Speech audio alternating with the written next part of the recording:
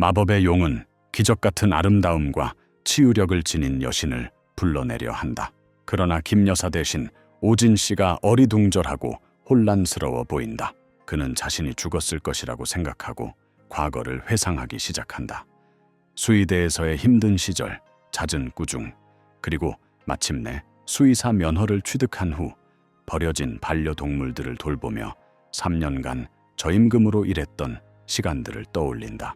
끝없는 고난 끝에 주인공은 작은 병원을 열지만 간신히 명맥을 유지하는 데 그친다. 손님이 전혀 없고 간판 불도 꺼져버렸다. 어느 날 밤 오진은 침대에 누워 자신의 비참한 처지와 감당하기 힘든 빚을 떠올리며 생각에 잠겨 있을 때 이상한 소리를 들었다.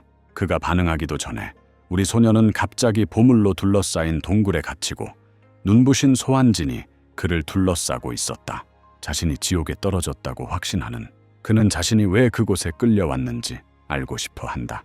용은 설명하며 자신의 애완동물을 치료해줄 사람을 불러들였는데 무시무시한 괴물이 나타날 줄 알았다고 한다. 우리의 영웅은 용이 발톱을 펼치자 작고 힘없이 잠든 과일 박쥐 수만은이 모습을 드러내자 깜짝 놀랐다. 여위고 탈진한 박쥐를 관찰하는 것. 오진은 즉시 프로페셔널 모드로 전환하여 이름, 증상, 그리고 용광이 얼마나 오랫동안 돌봤는지 물어봅니다. 자랑스럽게도 용은 애완동물을 기르는 것이 용들 사이에서 유행한 이후로 일주일 동안 수많은 애완동물을 키워왔다고 말한다. 충동적으로 반려동물을 입양하는 사람들을 경멸했던 기억을 떠올린다. 우리의 주인공은 수만은이 제대로 식사를 하고 있는지 묻는다. 용은 자신만만하게 신선한 동물의 피를 먹인다고 대답한다. 박쥐가 미각이 뛰어나다고 가정할 때 어안이 벙벙해진 오진은 고개를 숙이며 믿을 수 없다는 듯이 이 사람이 자신이 가장 싫어하는 유형의 주인임을 깨닫는다. 자신의 반려동물에 대해 아무것도 모르는 사람들. 좌절한 그는 용에게 과일 박쥐는 피를 마시지 않고 흡혈 박쥐만 피를 마신다고 알려준다. 셀 수 없이 많은 사람들이 일주일째 굶주리고 있다고 그는 설명한다. 당황한 드래곤은 자신이 처음으로 배틀을 쥐어본 것이라고 인정한다. 오진은 미리 조사하지 않은 그를 꾸짖으며 동굴의 극저온 상태가 박쥐가 동면에서 깨어날 경우 치명적일 수 있다고 지적한다. 용은 자신이 얼음용이라고 주장하지만 우리의 소녀는 이 환경이 박쥐에게는 여전히 적합하지 않다고 단호하게 주장한다. 후회하는 마음으로 용은 고개를 숙여 카툴루스에게 사과하며 당장 과일을 구해 원래 살던 곳으로 박쥐를 돌려주겠다고 약속한다. 오진의 도움에 감사한 용은 감사의 표시로 그에게 소원을 들어주겠다고 제안한다. 그는 농담으로 부유한 아랍 왕자나 악당 상속자로 다시 태어나고 싶다고 말한다. 기이한 요청에 당황한 용은 목걸이를 풀고 오진에게 건네며 악의적인 의도가 아니라면 어떤 소원이든 들어주는 마법의 펜던트라고 설명한다. 펜던트가 빛나기 시작하자 주인공은 자신이 사후세계에 있음을 깨닫는다. 사라지기 직전 그는 재빨리 비트코인의 초창기로 돌아가고 싶어 한다. 용은 오진이 사라지는 것을 지켜보더니 수많은 이들을 위해 과일을 준비하기 위해 서둘러 달려갔다. 여전히 자신이 소환한 기묘한 여신에 대해 의아해하고 있었다. 잠시 후 우리의 주인공은 사람 소리와 음식 냄새로 가득한 번화한 거리에 서 있는 자신을 발견한다. 여전히 어리둥절한 그는 이것이 환생인지 아니면 빙의인지 궁금해한다. 과일 상인은 그의 이상한 옷차림을 보고 여행자인지 묻고는 자신이 여관과 시장이 유명한 벨모어 지역에 있다고 설명한다. 그가 대답하기도 전에 거대한 토끼가 길을 내달리며 쓰러진 당근을 먹어치우자 순식간에 혼란이 벌어졌다. 사람들은 비명을 지르며 흩어지지만 오진은 굳은 채로 괴물이 사람들 사이를 자유롭게 돌아다니는 모습에 경악하고 있다. 과일 상인은 그에게 자신의 애완동물인 벨모어 경이라고 경고하며 도망치라고 재촉한다. 그러자 오진은 망설임 없이 토끼 앞에서 울고 있는 작은 소녀를 발견했다. 우리 아들은 재빨리 달려가 여자를 붙잡고 괴물이 닿기 직전에 그녀를 끌어냈다. 토끼가 다시 몸을 날리자 목걸이가 빛나며 그 주위에 파란색 목줄이 나타났다. 군중은 숨을 죽이며 그가 마법사일 거라고 수군거렸다. 과일을 파는 여자는 동생을 꼭 껴안고서 주인공이 평범한 여행자 같지 않다고 말한다. 벨모어 경은 곧 도착하여 자신의 애완동물이 다시 제지당하자 분노하며 토끼가 아이를 거의 공격할 뻔했다고 설명하지만 벨모어는 이를 믿지 않는다. 인내심이 바닥난 우리의 주인공은 최악의 반려동물 주인은 반려동물의 결점을 무시하는 사람들이라고 말하며 토끼의 이빨에 머리를 맞으면 쉽게 골절될 수 있다고 경고한다. 과일 장수와 그녀의 여동생은 그의 솔직함에 서로를 흐뭇한 눈빛으로 바라보며 토끼를 더 자세히 살펴보는데 오지는 토끼의 귀를 보고 스트레스를 받고 과식한 흔적이 있는 집토끼임을 알아차린다. 그가 토끼의 행동에 대해 의문을 제기하자 벨모어는 엘리자베스가 자주 자신의 털을 뽑는다고 인정했다. 오지는 그런 스트레스가 치명적일 수 있다고 설명하며 사람이 붐비는 장소에 데려가지 말라고 조언한다. 벨모어가 운동에 대해 묻자 우리 아들은 집에서 자유롭게 움직이게 하라고 제안하며 아이를 지나치게 과잉 보호하는 것을 말렸다. 충격과 수치심에 휩싸인 벨모어는 토끼를 키운다는 이유로 사람들이 자신을 조롱한다고 인정하며 눈물을 흘리지만 오지는 누구보다 동물을 잘 이해하는 사람이다. 벨모어는 집사를 불러 오진에게 동전이 든 주머니를 건네며 엘리자베스를 가끔씩 확인해 달라고 부탁한다. 애완동물에게 사과한 후 그는 애완동물과 함께 떠났고 주인공은 다시는 이곳에 오지 않겠다고 중얼거렸다. 갑자기 사람들이 모여들어 오진의 용맹함에 환호하고 칭찬을 쏟아냈다. 과일 파는 아주머니는 자신의 가게를 구해준 그에게 감사를 표하며 할인을 제안한다. 하지만 우리의 영웅이 돈이 없다고 설명하자 그녀는 주머니를 가리켰다. 열어보니 금화가 들어있었고 진짜인지 확인하려고 하나를 입에 넣어 보았다. 이를 깨닫고 우리 아들은 희미하게 미소 지으며 어쩌면 여기서 또 다른 병원을 열어 인간 세계에서 진 빚을 갚을 수 있을지도 모른다고 생각한다. 오지는 채용 면접에 응해주신 모든 면접관분들께 감사드리며 그중 한 분이라도 선발되기를 바란다는 익살스러운 농담을 건넸다. 그는 이어서 인터뷰를 시작할 시간이라고 알리며 이를 생사의 게임이라고 표현했다. 간단히 말해 주인공의 생각은 오진이 이 새로운 곳에 정착하기로 결정했을 때 아낌없이 땅과 돈을 내어주었던 벨모어 경에게로 흘러갔다. 그 지원 덕분에 그의 반려동물 클리닉 2호점이 별탈 없이 문을 열게 되었다. 벨모어 경은 심지어 그를 위해 가게까지 준비해 주는데 이상하게도 토끼 용품으로 가득 차 있다. 그래도 우리 아들은 신경 쓰지 않아요. 결국 무료이고 벨모어와의 관계는 이미 매우 소중해 보인다. 사업은 곧 오진의 일상을 잠식해 들어왔지만 그는 자신이 이 세계에 대해 특히 자신을 이곳으로 데려온 용에 대해 아는 것이 거의 없다는 것을 깨닫는다. 그 생물은 그를 집으로 돌려보내겠다고 약속해놓고 이 낯선 땅에 버려두고 말았다. 답을 찾기 위해 결심한 우리의 주인공은 새가게 밖에 전단지를 붙이기로 결심한다. 동물병원 직원 채용, 아마도 그는 조수와 기술자 업무를 모두 수행할 수 있는 사람을 찾을 수 있을 겁니다. 면접이 시작되자 오진은 바른 자세로 앉아 지원자들의 줄을 살폈다. 첫 번째 후보인 토마스는 자신의 귀족적인 배경, 엄격한 아버지, 그리고 온화한 어머니에 대해 자랑스럽게 이야기한다. 우리의 주인공은 잠시 귀를 기울이지만 곧 남자의 자기 과시에 실증을 느낀다. 다음 후보인 필립은 자신의 가족이 대대로 동물 사업을 해왔다고 주장합니다. 처음에는 그럴듯하게 들리지만 그가 정육점을 운영한다는 사실을 밝히자마자 실망스럽다. 오지는 그걸로 충분히 그를 목록에서 지워버렸고 이 세상에서 평범한 사람을 찾는 게 생각보다 더 어려운 일이라는 걸 깨달은 것 같다. 세 번째 후보가 앞으로 나서며 눈빛에 불안감이 서려 있고 창백한 표정의 남자가 다가온다. 우리 아들은 겉모습으로 판단하지 말라고 스스로를 상기시키지만 환자의 인내심은 남자가 갑자기 바닥에 엎드려 고용해달라고 애원하자 한계를 드러내고 만다. 오지는 이제부터 사람을 판단할 때 외모부터 보기로 결심하고 대답하기 전에 반드시 그렇게 할 것이다.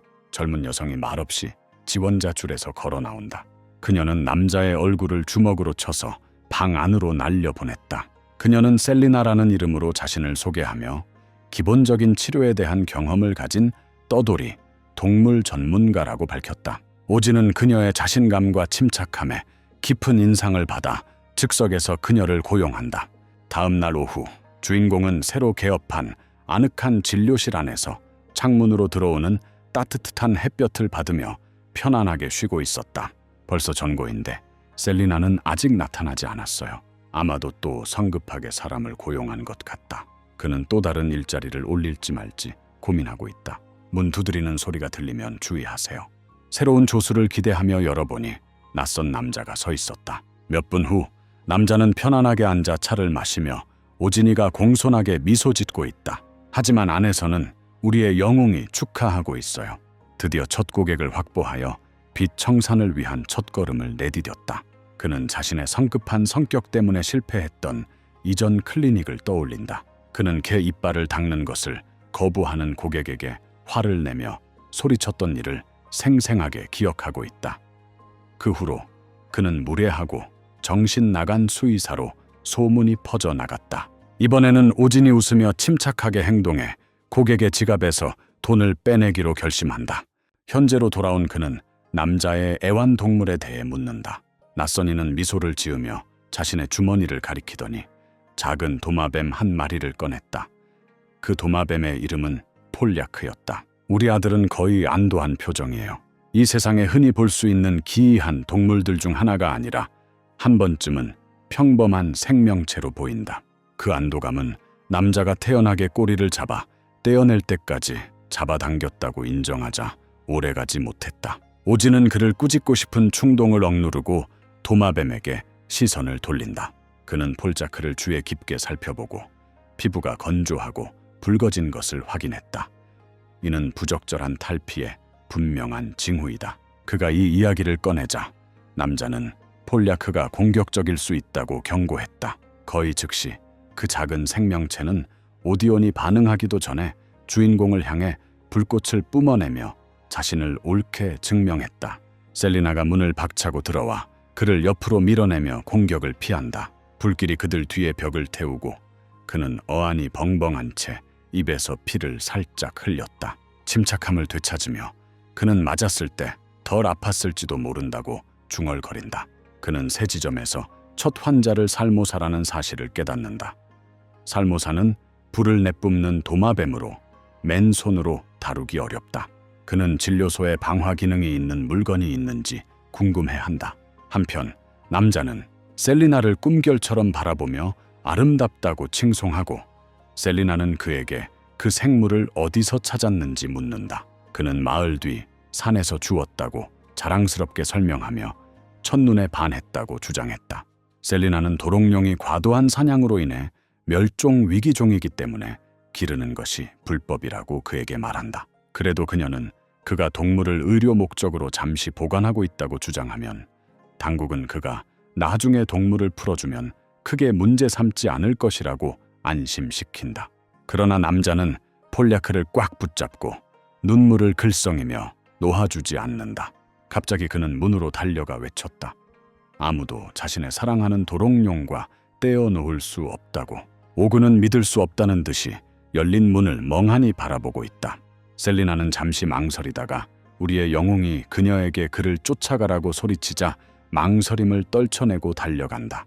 그리고 그렇게 클리닉의 첫 번째 검진은 마을을 가로지르는 어처구니 없는 추격전으로 변해버렸다. 오진의 새로운 인생에 또 다른 예측 불가능한 장이 열리는 시작이었고 셀리나는 그 남자를 쫓아 달려가야 했고 시장은 순식간에 움직이기 시작했다. 과수원 노점상 아주머니는 주 목사님의 끊임없는 간섭이 없으니 평화롭다는 듯 콧노래를 흥얼거리다가 평화는 결코 오래가지 않는다는 것을 금방 깨닫는다. 소란이 지나가자 그녀는 재빨리 갑판대 뒤로 몸을 숨겼다. 개입하지 않는 것이 최선이라고 판단한 남자는 필사적인 결심으로 무언가를 가슴에 꼭 쥐고 군중 사이를 쏜살같이 빠져나간다. 우리 소녀는 숨을 헐떡이며 포기할 수 없었지만 상점을 따라간다.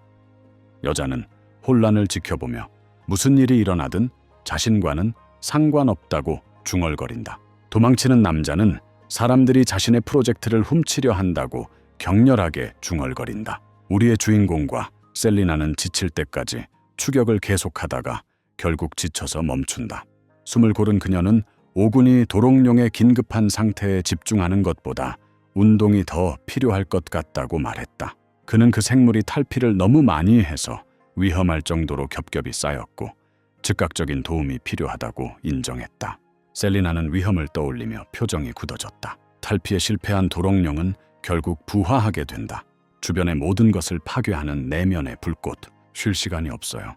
재앙이 닥치기 전에 그 생물을 찾아야 한다. 한편 자신이 안전하다고 믿는 남자는 안도하며 집으로 돌아간다.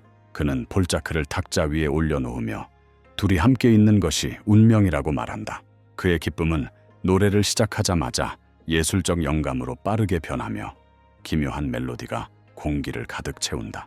갑자기 폴잭의 몸이 떨리며 불길에 휩싸이자 창조적인 분위기는 순식간에 공포로 바뀌었다. 순간 그의 집은 불길에 휩싸이고 연기를 내뿜으며 기침을 하는 남자는 살라멘더에게 이성적으로 설득하려 애쓴다. 마치 애정이 불길을 잠재울 수 있을 것처럼 손을 뻗는다. 잭은 또 다른 맹렬한 폭발로 대답했고 불길은 더욱 맹렬하게 타올랐다. 셀리나는 때마침 도착하여 남자를 안전한 곳으로 끌고 간다.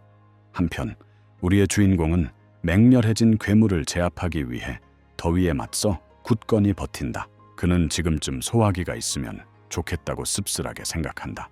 그러자 빛이 사라지자 그의 펜던트가 빛나고 그의 손에서 정확히 그 물건을 찾아냈다. 이 기적을 의심할 겨를이 없다.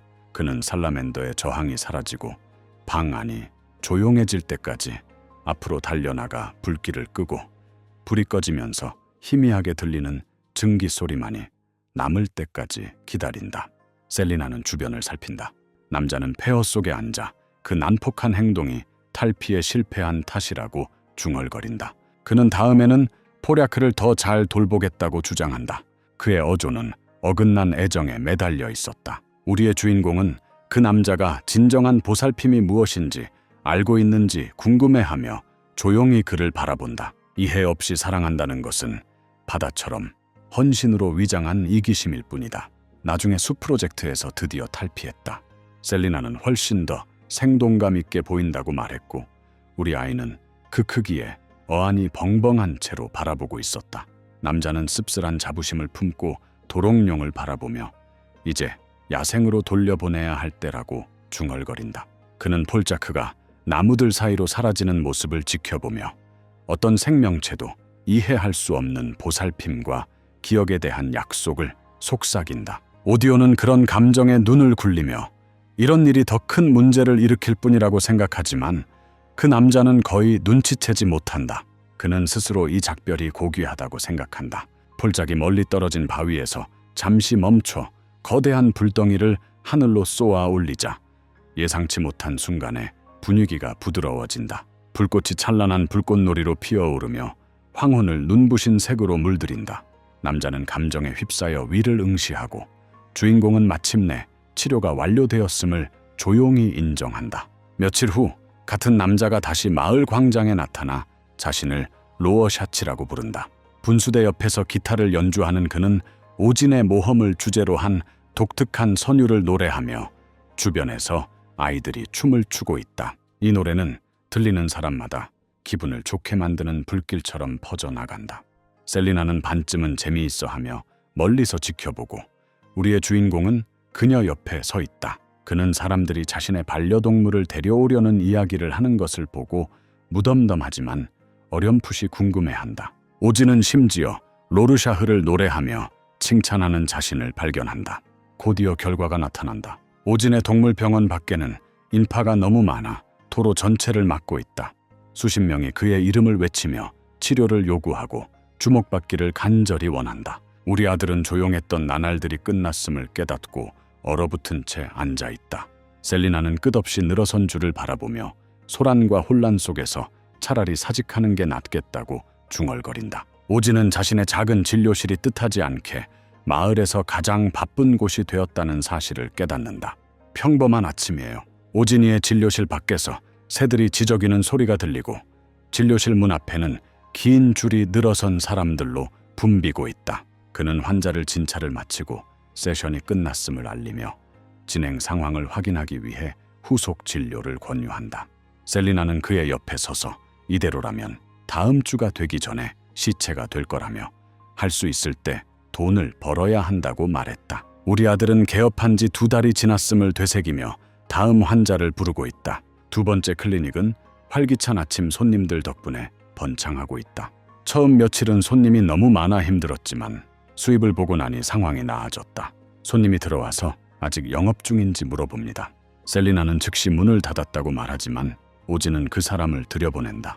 환자를 치료하는 동안 주인공은 이 세상에 대해 배운 것들을 되돌아본다.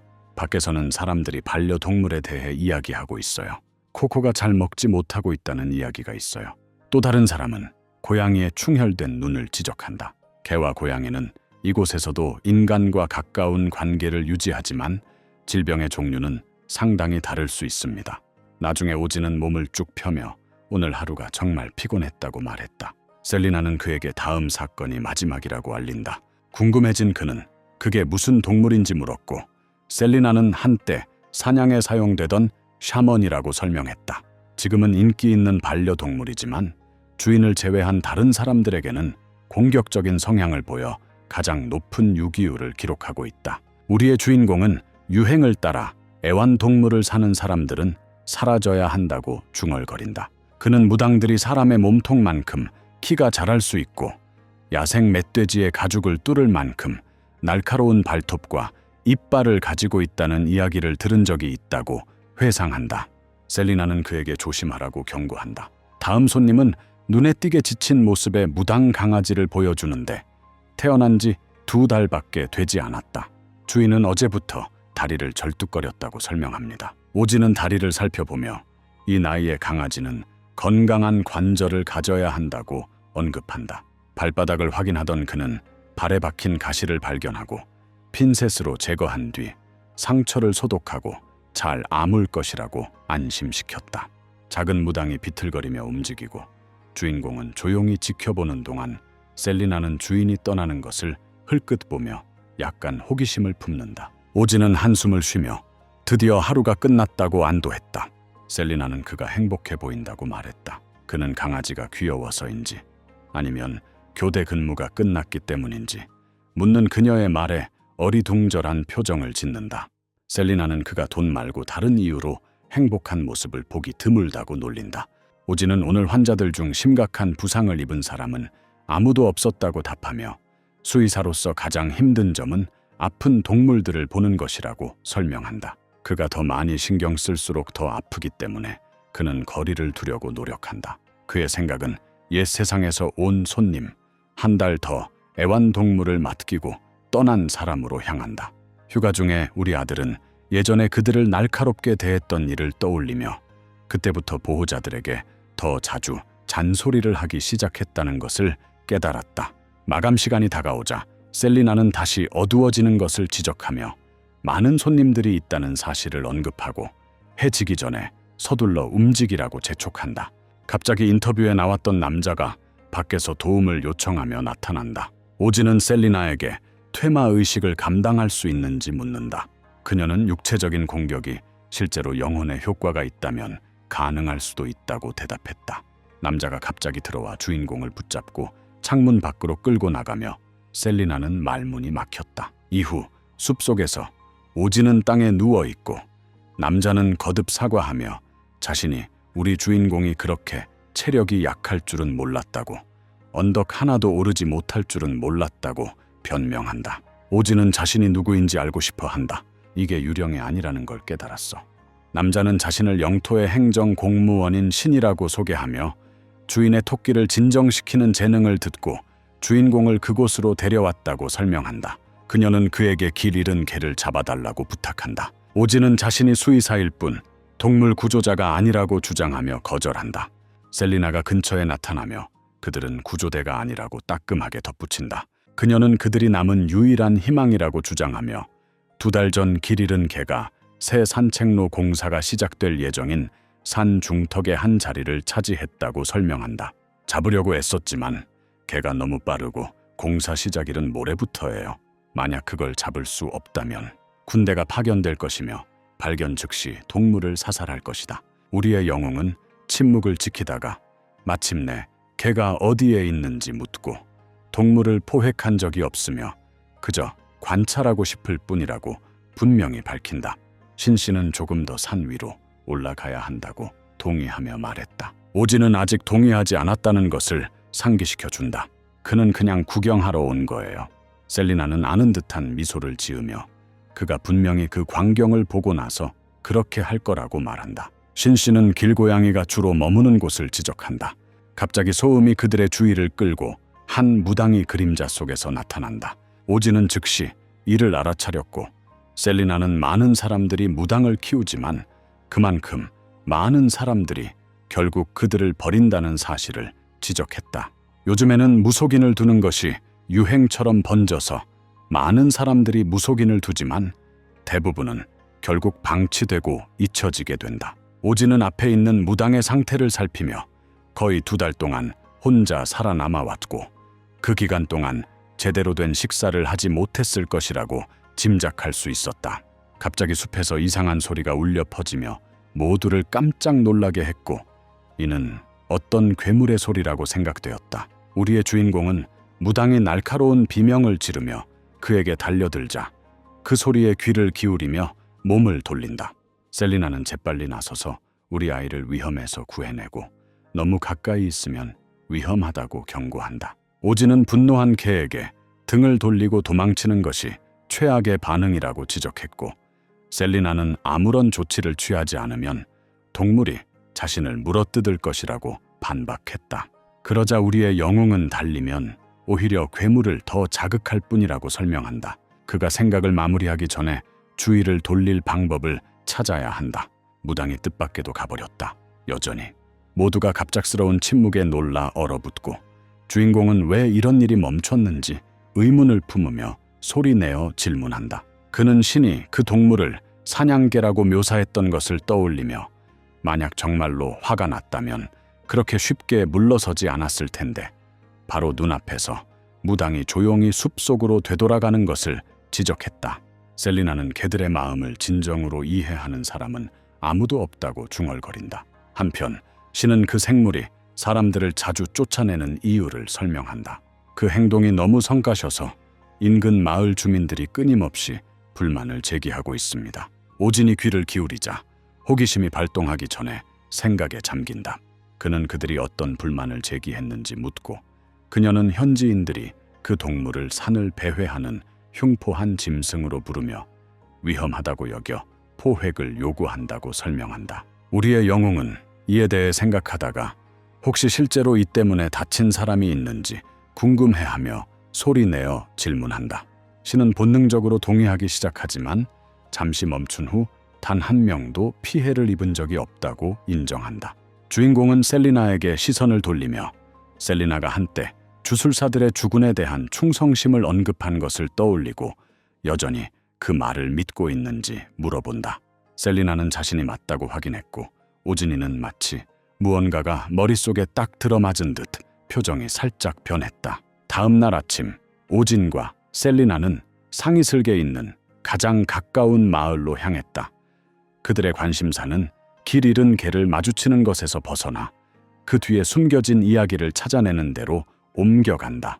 이제 우리 소녀는 개의 과거를 이해하는 것이 그 개와 가까워질 수 있는 열쇠라고 믿고 개의 전 주인을 찾고 있다. 시간이 부족하고 다른 방법이 더 쉬워 보일 수 있지만 그는 먹이로 동물을 유인하는 것만으로는 효과가 없다는 것을 알고 있다. 강아지의 여린 몸과 굶주린 모습은 본능보다 더 강한 무언가를 암시한다. 배고픔도 끊을 수 없는 끈끈한 유대감. 걸으면서 추억과 생각들이 뒤섞인다. 오진의 마음속에는 그는 어떤 주인들이 애완동물에게 곧 돌아올 거라고 안심시키며 부드럽게 머물러 달라고 명령한 뒤 사라져 다시는 돌아오지 않는 모습을 기억한다. 바로 그런 종류의 충성심과 배신이 이 개가 겪는 고통의 핵심에 자리 잡고 있을 것이다. 주인공은 가장 믿는 사람을 버리는 사람들을 보아왔고 그 생각에 조용히 분노가 차오른다. 단호한 우리의 영웅은 마침내 주인을 밝혀내면 그 사람이 자신이 저지른 일을 마주하고 자신이 버려둔 충실한 존재가 어떻게 견뎌왔는지 목격하게 될 것이라고 스스로에게 약속한다. 마을 곳곳에서 조사를 시작하면서 패턴이 빠르게 드러난다. 현지인이 오진에게 가브리엘의 남편이 산을 배회하는 개 때문에 일을 계속할 수 없다고 말한다. 부모들은 숲에 무엇이 숨어 있을지 두려워하며 자녀들이 숲 근처에도 가지 못하게 하고 지나가는 젊은이들조차도 위험에 대한 같은 이야기를 되풀이한다. 한 노인이 몇 년 전 돈을 잃어버렸다고 어렴풋이 중얼거리지만 그의 말은 다른 이야기들과는 동떨어진 듯하다. 그래도 한 가지 분명한 사실은 마을 전체가 길 잃은 개에 대해 깊은 원한을 품고 있다는 것이다. 몇 시간 동안의 신문 끝에 우리 소년과 셀리나는 같은 무서운 이야기를 반복해서 듣느라 지친 채로 길모퉁이의 조용한 곳에 멈춰 섰다. 오지는 개 주인이 이 마을 출신이 아닐지도 모른다는 의심을 품기 시작한다. 셀리나는 동의하며 다른 건 몰라도 그들이 만난 모든 사람이 그 동물에 대해 공통된 적대감을 가지고 있다는 점을 지적한다. 그때 긴 머리를 가진 여성이 그들에게 다가온다. 그녀는 그들의 대화를 엿듣고 엄숙한 표정으로 그들이 한때 개를 키웠던 제이크를 찾고 있다는 것을 언급했다. 그녀는 그들에게 자신을 따라오라고 재촉하며 제이크의 집으로 이끈다. 오지는 집이 나무들 사이에 거의 숨겨져 있는 것을 알아차리고 여자는 제이크가 마을 사람들과 떨어져 혼자 살았기 때문에 작은 나무집에 도착했을 때 아는 사람이 거의 없었다고 설명한다. 그녀는 입구 근처의 소박한 무덤 옆에 멈춰 서서 조용히 제이크가 2달 전에 산사태로 사망했다는 사실을 털어놓는다. 그녀는 그가 가족이 없었고 자신이 직접 장례를 치렀다고 설명했다. 게다가 그녀는 제이크가 결코 자신의 개를 버린 적이 없다고 주장한다. 그는 결국 돌아오지 못했다. 이 여성은 한때 개를 집으로 데려오려고 시도했지만 실패했다고 고백했다. 그리고 이제 슬픔이 가득한 목소리로 그녀는 맥스라고 부르는 동물을 도와달라고 간청한다. 그녀의 말 한마디 한마디가 오진의 마음에 깊이 와닿는다.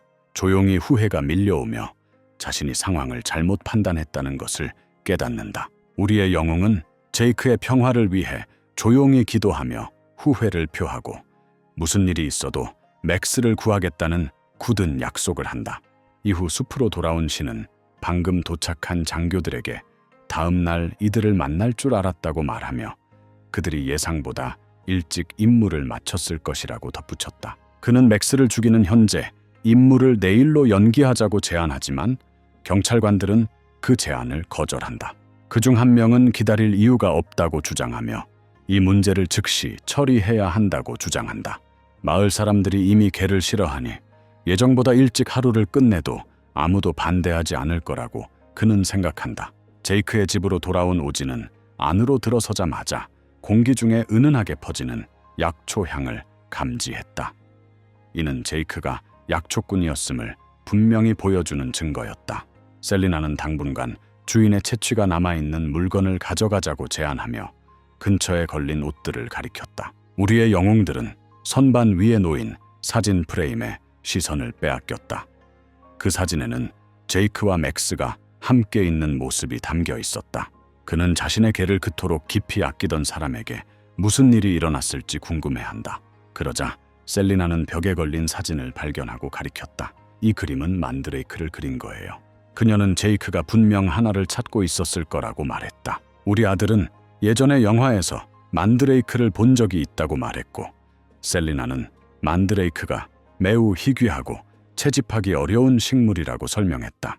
둘 다 전날 숲에서 들었던 이상한 소리를 기억하고 있었다. 위험에도 불구하고 맨드레이크는 매우 귀중하며 모든 약초꾼이 발견하기를 꿈꾸는 것이다. 한편 맥스는 동굴 앞에 앉아 하늘을 바라보며 주인을 떠올리며 생각에 잠겨 있다. 그날 비가 내리고 있었고 그와 제이크는 동굴 안으로 피신했다. 제이크는 갑작스러운 폭우에 웃음을 터뜨리며 불을 피우러 나가기 전에 비가 그칠 때까지 기다려야 할지 고민했다.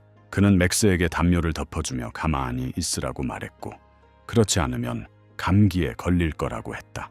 맥스는 꼭 끌어안고 제이크는 지쳐 있었지만 미소를 지으며 주변을 둘러보던 중 피난처를 발견한 것이 행운이라고 말했다. 제이크는 동굴벽 근처에서 자라는 식물을 발견하고 그 잎의 모양을 알아차렸다. 그는 그것이 만드레이크라는 것을 깨달았다. 깜짝 놀란 그는 책 밖에서 그런 것을 보게 될 줄은 상상도 못했다고 인정했다. 흥분한 그는 맥스에게 잠시 기다리라고 말하고 곧 돌아오겠다고 약속한 뒤 집으로 돌아가 장비를 챙기기로 했다. 맥스는 부드럽게 짖었지만 제이크는 멀지 않다고 그를 안심시켰다. 미소를 띤 채로 그는 빗속으로 걸어 나갔다. 그러자 갑자기 거대한 바위들이 무더기로 쏟아져 내려와 그를 순식간에 덮쳐 숨지게 했다. 시간이 흘러갔어요. 동굴 안의 불은 꺼졌지만 맥스는 여전히 성실하게 기다렸다. 다음 주에 몇몇 관광객들이 지나갔어요. 그들 중 한 명이 걔가 꽤 오래 전에 거기에 있었다는 것을 알아차렸다. 그들은 그가 버려졌다고 생각하고 동정심을 느껴 먹이를 주기로 했다. 하지만 그들이 다가오자 맥스는 비명을 지르며 두려움에 떨며 뒤로 물러나 그들을 쫓아냈다.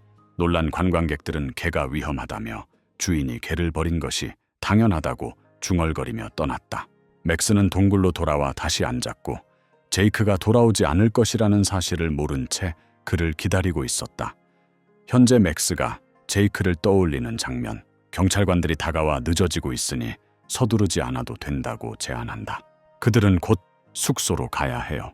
맥스 앞에 선 이들은 신을 쓰러뜨릴 수 있을 만큼 충분한 진정제 다트를 준비하고 있었다. 신은 개를 구출하기 위해 누군가를 고용했다고 설명하며 1시간만 더 기다려달라고 애원했다. 신이 본 것부터 맥스는 누구에게도 해를 끼친 적이 없고 그저 이야기가 있는 개일 뿐입니다. 장교는 동요하지 않고 개 이야기를 들어주러 온 게 아니라고 말한다.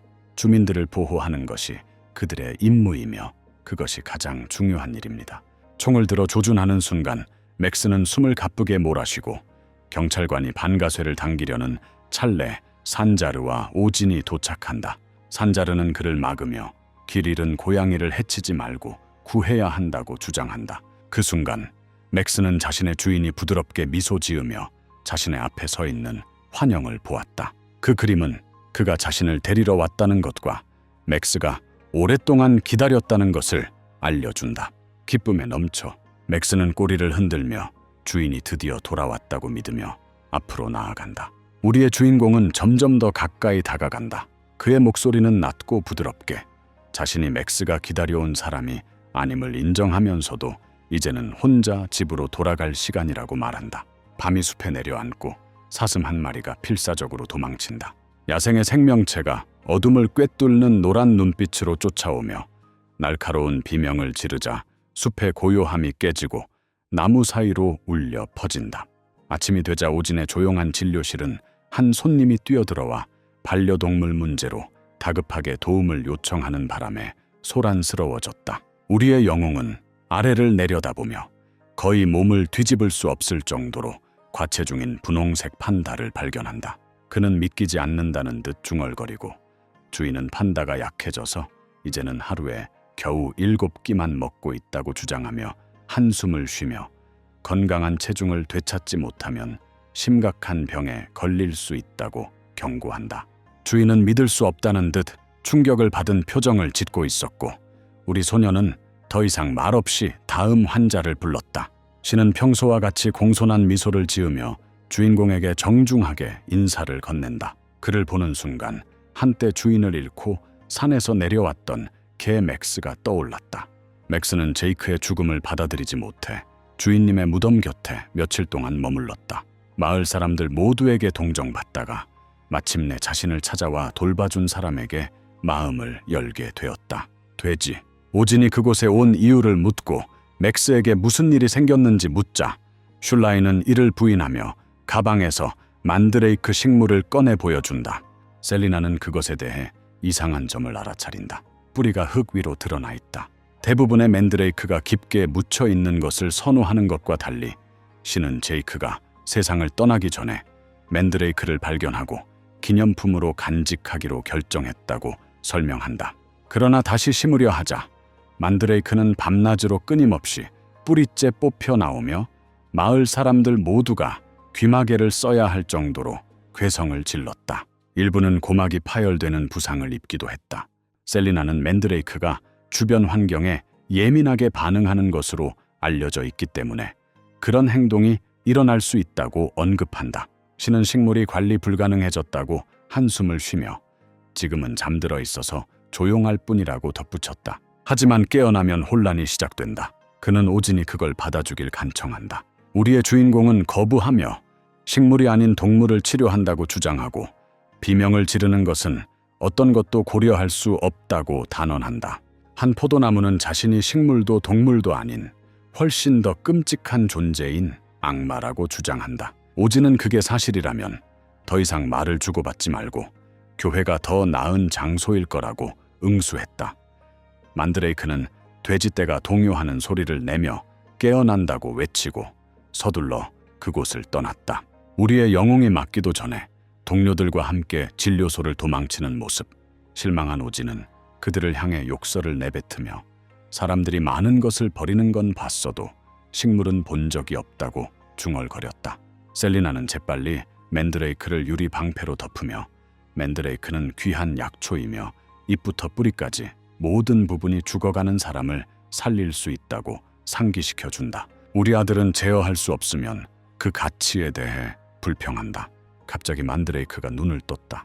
셀리나는 비명소리가 들리기 전에 귀를 막으라고 경고한다. 고막이 찢어질까봐 걱정하는 오진은 당황하며 자신의 없어진 노이즈 캔슬링 헤드폰에 대해 불평하고 대비를 한다. 하지만 만드레이크는 비명을 지르는 대신 미소를 짓는다. 혼란스러운 그는 셀리나가 그 행동을 연구하는 모습을 지켜본다. 그녀는 그가 마음에 드는 것 같다는 것을 깨닫고 그에게 목걸이를 빼달라고 부탁한다. 그가 하는 순간 맨드레이크의 눈이 커지며 기쁨에 겨워 춤을 추기 시작한다.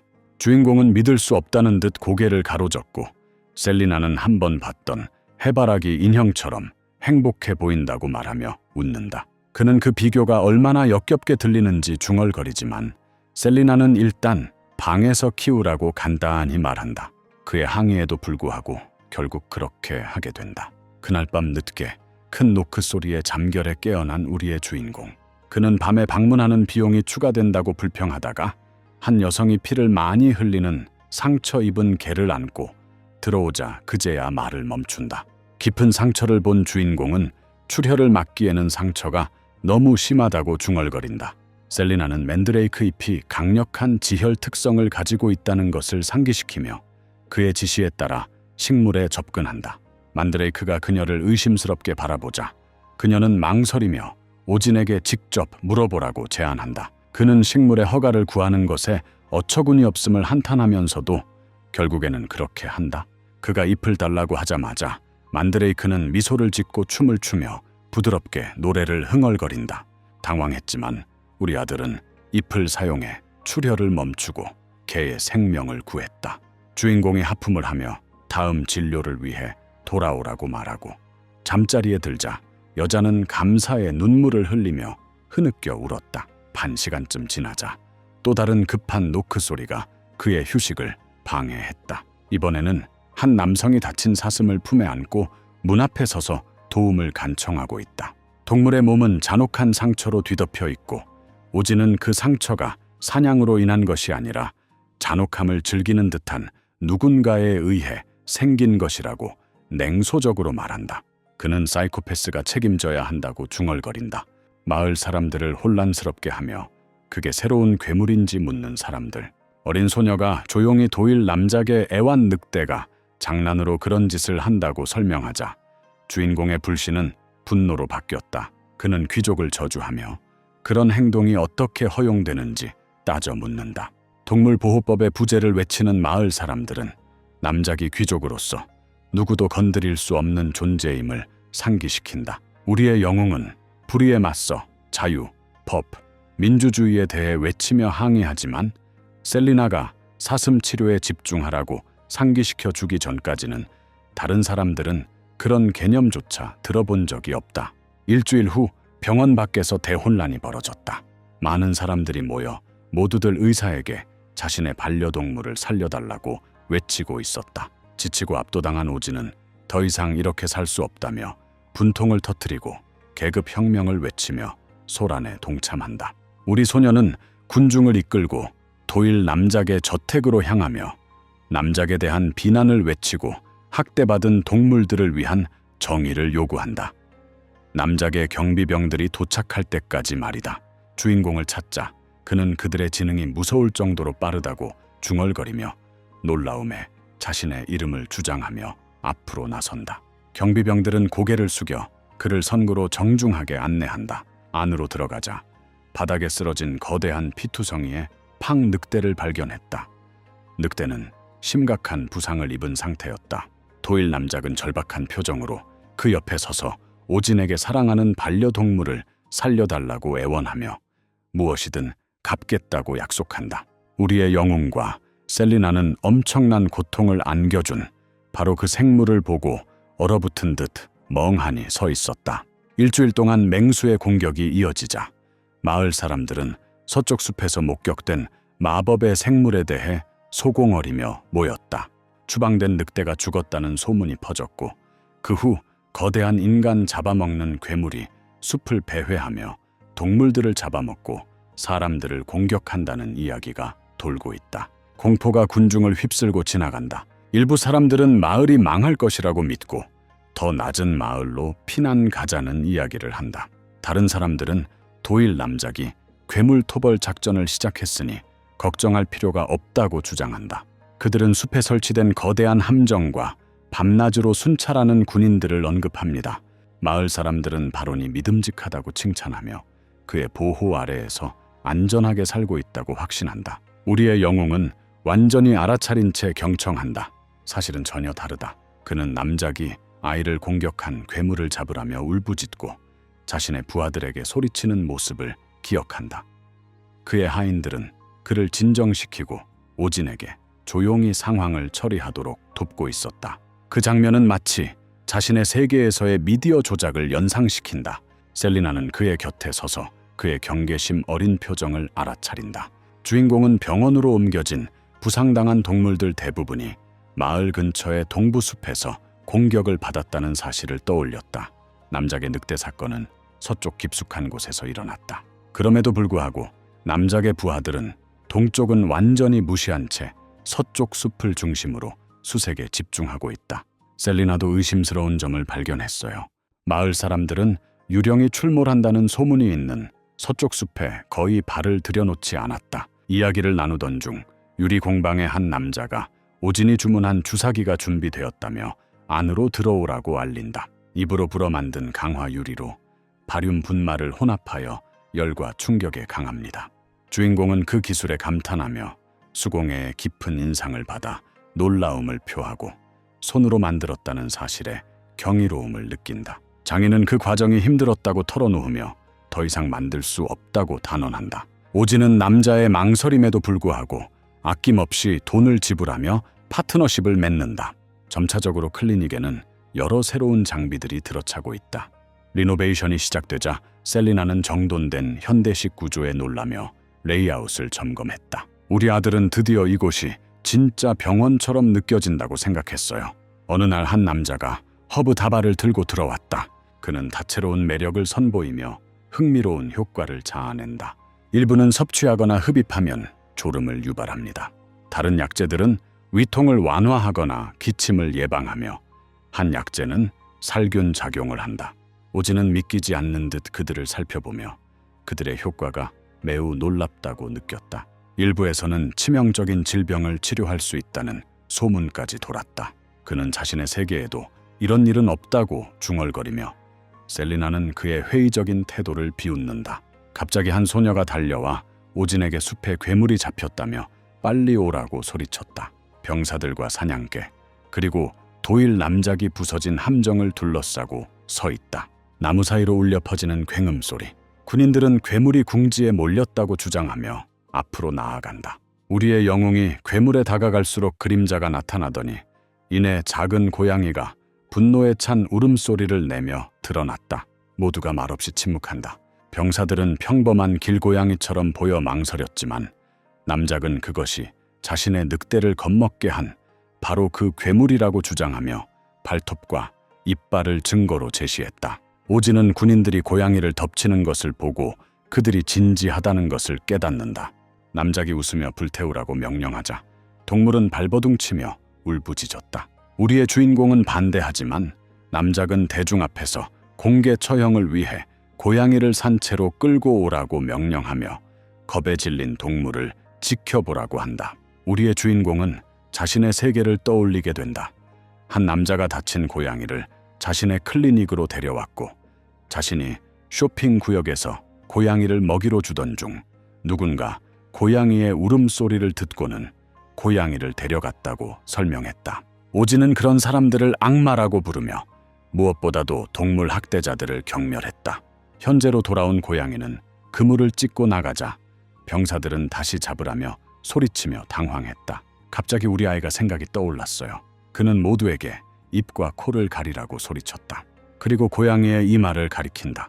음자 모양의 흉터가 이마의 위쪽에 희미하게 빛나고 있다. 그는 그것을 위대한 악마의 징표라고 선언하며 전 세계적인 전염병을 일으키는 존재라고 말한다. 코로나의 흔적. 대역병 오진은 고양이를 역병의 화신으로 규정하며 감염이 쥐를 통해 처음 퍼졌고 감염된 쥐를 먹은 고양이가 그 어둠의 마력을 흡수하여 더욱 강력한 질병 전파체가 되었다고 주장한다. 주인공에 따르면 이 고양이가 다가올 재앙의 원인이라고 한다. 질병이 확산되기 시작하면 인구의 절반이 사라질 것이라고 경고한다. 이미 고양이를 죽일 준비가 된 사람들은 믿기지 않는다는 듯이 듣고 있다. 병사들은 그의 주장을 비웃었고 도일 남작조차도 우리의 영웅 이야기를 의심하며 진실을 요구했다. 그들의 회의론에도 불구하고 오진은 굳건히 서서 한때 이 세상과 비슷한 전염병과의 전쟁을 벌였던 마스크와 두려움, 혼돈으로 가득했던 세상을 떠올린다. 그는 그 생물이 실제로 악마의 힘을 지니고 있을 수 있다고 주장하지만 아직 충분히 어리기 때문에 억제할 수 있다고 말한다. 우리 아들은 자신의 세상에서는 치료법이 발견되었고 이곳에서도 같은 일이 가능할 수 있다고 덧붙였습니다. 셀리나에게 시선을 돌리며 오진은 그녀가 자신의 허세를 지지해 주기를 조용히 바라고 있다. 그녀는 차분하게 고양이 피와 적절한 약초를 사용하면 치료제를 만들 수 있을지도 모른다고 설명한다. 겉으로는 침착해 보이지만 우리의 주인공은 자신의 속임수가 실패할까봐 걱정하고 있다.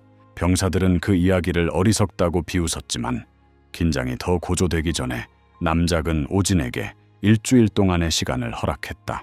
그 기간 동안 그는 그 생명체를 치료하고 성에 데려가야 하며 그 후 고양이는 공개적으로 처형될 것이다.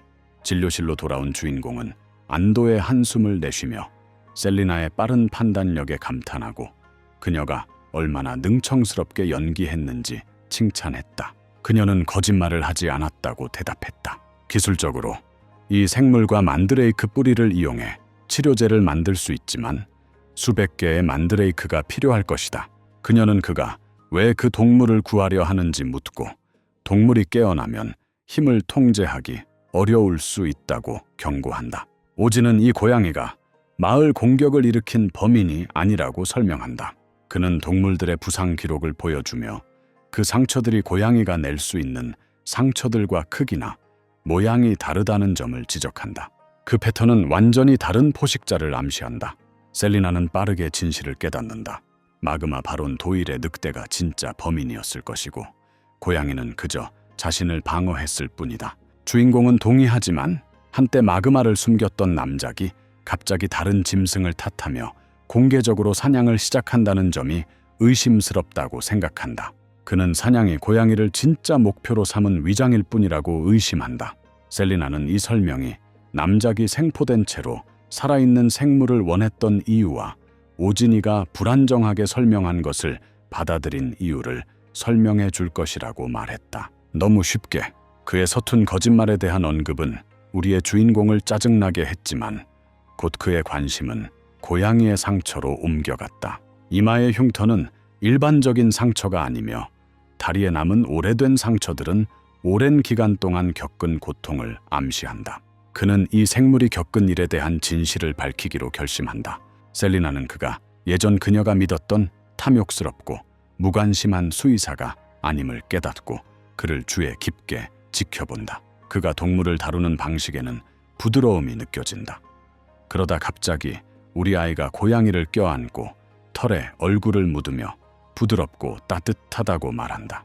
그 장면은 셀리나의 오래된 인상을 지워버리고 오진이가 단순히 미쳤다고 확신하게 만들었지만 근처에 있던 만드레이크는 질투심에 불타올랐다. 다음 날 아침 으스스한 울음소리가 병원 밖에서 울려 퍼졌다. 마을 사람들이 모여들어 이상한 소리에 대해 경외심과 두려움을 담아 속삭이고 있다. 소문은 빠르게 퍼져나갔고 우리의 영웅이 악마와 싸우며 역병의 근원을 정화하고 있다는 이야기가 돌았다. 몇 시간 만에 대중의 여론은 그를 다른 세계에서 온 마법사라는 전설 속 인물로 바꿔놓았다. 군중은 그의 이름을 외치며 내면의 위대한 마법사 오진을 찬양한다. 점점 커지는 소음을 알아차리지 못한 채 주인공은 고양이를 먹이려 시도했지만 고양이는 다시 얼굴을 핥히었다. 그 생물의 성질이 그를 짜증나게 하지만 이전보다 작아진 것 같다는 것을 알아차린다. 셀리나는 지난 사흘 동안 크기와 무게가 모두 줄어들었다고 지적하며 악마의 힘을 잃고 있는 것일지도 모른다고 추측한다. 오진은 단순히 굶주림으로 인한 분노가 에너지를 소모하고 그 분노가 다시 굶주림을 심화시키는 악순환을 이루고 있다고 결론 내린다. 우리의 영웅이 악마의 간식이라 불리는 쿠로를 원하자 갑자기 가슴에 통증이 느껴진다. 그의 목에 걸린 용의 목걸이가 빛을 발하며 그 빛이 익숙한 초콜릿 같은 먹이로 굳어진다. 간식이 고양이의 입속으로 쏙 들어가자 고양이는 행복하게 씹기 시작한다. 오진은 안도하며 점점 더 애정을 담아 먹이를 계속 주었고 셀리나는 고양이가 이마에 흉터를 핥으며 희미하게 빛나기 시작하는 것을 말없이 믿기지 않는다는 듯 바라보고 있었다. 셀리나는 모든 것이 이해가 되자 갑자기 얼어붙었다. 그들 앞에 있던 생명체는 결코 단순한 고양이가 아니었다. 뿔 달린 사자, 모노케로스는 한때 용들이 사라지고 마력이 온 세상에 넘실대던 시대에 신화 속 괴물로 군림했다. 신성하게 여겨지는 그들의 뿔은 메마른 땅에 물을 내리게 하고 어둠을 빛으로 바꾸었다. 그들의 심장은 만화를 생성하는 기적의 힘을 지니고 있었고 이마에 있는 뿔은 그 에너지가 흐르는 신성한 통로 역할을 했다. 그러나 감히 그들을 건드린 사람들은 피할 수 없는 죽음을 맞이했다. 대만화 기근 이후 그들의 종족은 줄어들어 약해진 상태로 생존하기 위해 더 작은 생명체로 변장해야만 했다. 그들은 신성한 혈통의 자부심을 결코 잃지 않았으며 치유령이라는 단 하나의 존재 외에는 인간에게 길들여질 수 없었다. 진료소에서 작은 고양이는 마침내 배변을 했고 오진은 안도하며 토로에게 먹이를 주면서 칭찬했다. 셀리나는 지켜보며 악마적인 간식으로 그 생물을 계속 유혹하는 것이 현명한 일인지 의문을 품는다. 그날 밤 바론 도일의 저택에서 한 스파이가 그에게 보고했다. 고양이가 잘 따르고 있으며 우리 아이가 마치 아이처럼 품에 안고 있다는 내용이었다. 남작은 의심스러운 표정으로 병사들이 그의 옆에 무릎을 꿇고 불안한 목소리로 말하는 것을 듣고 있다. 그들은 악마의 사자와 소문난 역병에 대해 이야기하며 그 생물이 평범하지 않을 수 있다고 경고한다. 그들은 단 한 번도, 심지어 약화된 모노세로스조차도 길들인 인간은 없었다고 회상한다. 최악의 경우 몸속 만화가 독으로 변질되어 살아있는 폭탄으로 변할 수 있다. 그들의 힘은 한 나라를 파멸로 이끌 수 있다고들 한다. 불안한 도일 남작은 한때 자신의 세상을 휩쓸었던 역병에 대한 오진의 말을 떠올린다. 그 역병은 인류가 수년간 싸웠던 전투였다. 또한 그는 모노세루스가 인간이 주는 모든 음식을 거부한다고 전해졌다고 회상한다. 이제 그는 주인공이 다른 누구도 모르는 무언가를 알고 있는지 궁금해하기 시작한다. 다음 날 아침 병원은 활기가 넘친다. 새로운 조수포는 접수 담당으로서 다음 환자를 검사실로 안내합니다. 공간이 제대로 된 클리닉처럼 활기차고 정돈된 느낌을 준다. 한편 셀리나는 동물이 가만히 있기를 거부하는 시끄러운 환자를 꾸짖었다. 그녀의 짜증이 점점 커져 순간적으로 화를 참지 못하고 마법으로 소란을 잠재웠다. 모두가 다시 한번 놀라며 그녀가 다른 손님에게 주문을 반복하자 병원 안은 순식간에 혼란에 빠졌다. 그러더니 예고도 없이 셀리나는 갑작스럽게 반나절 휴가를 요청하고 다시 사라져버렸다. 나중에 주인공은 자신의 허락 없이 결석하겠다는 내용의 손으로 쓴 메모를 발견한다. 서투른 서에는 그의 좌절감을 더욱 부추길 뿐이다. 그는 진짜 수의사들도 그렇게 비전문적으로 행동하지 않을 거라며 도움을 절박하게 구하는 모습에 대해 격분한다. 그래서 그는 근처에 있는 지인인 포에게 임시로 일을 대신해 달라고 부탁하는 것이다. 놀랍게도 포는 뛰어난 능력을 발휘하여 고객을 응대하고 물품을 운반하며 유쾌한 성실함으로 질서를 유지하는 데 능숙했다. 그녀의 근면한 태도는 우리의 주인공에게 깊은 인상을 주어 바쁜 와중에도 그녀를 정규직으로 고려하기 시작한다. 오지는 평소 동물 소리로 가득했던 진료실이 갑자기 조용해진 것을 이상하게 느낀다. 다음 날 아침 익숙한 환자가 돌아오면서 미스터리가 풀린다. 삑. 햄스터는 다시 믿을 수 없다는 듯이 멍하니 바라본다. 한때 무게가 겨우 0.5kg에 불과했던 이 생물은 이제 소형견 크기로 10배나 커져 보인다. 그는 속으로 곰이 된 건 아닌지 궁금해한다. 주인은 그를 바로잡으며 플러퍼 도끼라고 부른다. 그때서야 우리 아이는 이 세상에서 햄스터는 다른 이름으로 불린다는 것을 깨달았다. 주인은 그의 반응에 어리둥절해하며 그가 플로퍼가 무엇인지 아는지 묻는다. 오지는 이를 덮으려 하지만 포가 나서서 자신이 다른 세계에서 왔으며 그래서 다른 용어를 사용하고 현지인들의 이해보다 의학적 지식이 뛰어나다고 부드럽게 설명한다. 주인공은 주인장의 말에 기분이 좋아져 자신이 해외에서 공부한 것이 분명하다고 생각하며 자랑스럽고 재미있게 듣고 있었다. 그는 즉시 포를 정규직 직원으로 채용했다. 핑핑에게 다시 돌아온 오지는 그녀의 거대한 몸을 살펴본다. 생물은 건강해 보이지만 특이한 색깔과 크기로 인해 의문을 자아냈다. 그는 관찰한 바에 따르면 일종의 성장 마법이 흡수되었을지도 모른다고 추측한다. 옆에 있던 고양이는 눈에 띄게 질투하며 햄스터 쪽으로 뛰어갔다. 접촉하는 순간 핑핑은 세 개의 똑같은 복사본으로 분열됩니다. 진료실 안의 모든 사람들이 얼어붙었다. 오지는 자신이 보고 있는 것을 이해하려 애쓰며 자신이 알고 있는 모든 물리학 법칙을 어긴다고 정신적으로 반발하고 있다. 주인은 기쁨에 넘쳐 새 생명체를 껴안으며 수년간의 외로움을 겪은 끝에 핑핑이 마침내 가족이 생겼다고 선언한다. 작은 복사본 중 하나가 방을 가로질러 튀어나가며 클리닉 안에서 혼란스러운 추격전을 벌이게 된다. 그 생물의 작은 몸집은 믿을 수 없을 정도로 빠르다. 소란에 더해 셀리나가 갑자기 나타나 순식간에 정확한 동작으로 사라진다. 그녀는 3마리를 양손에 1마리를 입에 넣고 블롭스라고 선언한다. 자신의 출처에 대해 질문받자 주인은 자신이 아버지로부터 선물로 받은 생물체를 그 실체를 알지 못한 채 받았다고 인정했다. 셀리나는 관찰을 위해 그들을 보관하기로 결정하고 주인에게 아무런 해를 끼치지 않을 것이라고 안심시킨다. 클리닉은 비윤리적인 실험을 절대 하지 않으며 보호자의 동의 없이는 어떠한 일도 일어나지 않는다고 덧붙였습니다. 내심으로는 자신이 왜 도덕적인 연설을 하고 있는지 궁금해한다. 그날 저녁 셀리나는 블룹이 자연적인 생물이 아니라 오래전 미치광이 마법사가 창조한 인공 생명체라고 설명한다. 우리의 영웅은 이 세상에도 제정신이 아닌 과학자들이 있다는 사실에 놀라움을 금치 못한다. 셀리나는 마법사가 완전히 악한 것은 아니며 단지 잘못된 길로 들어섰을 뿐이라고 주장하며 그의 창조물들은 비록 불안정했지만 해를 끼칠 의도는 없었다고 말한다. 다시 말하지만 블루프는 한 세기 전에 사라졌어야 할 존재인데 오랜 시간이 지난 후에야 만나게 되어 놀랐다는 의견이다.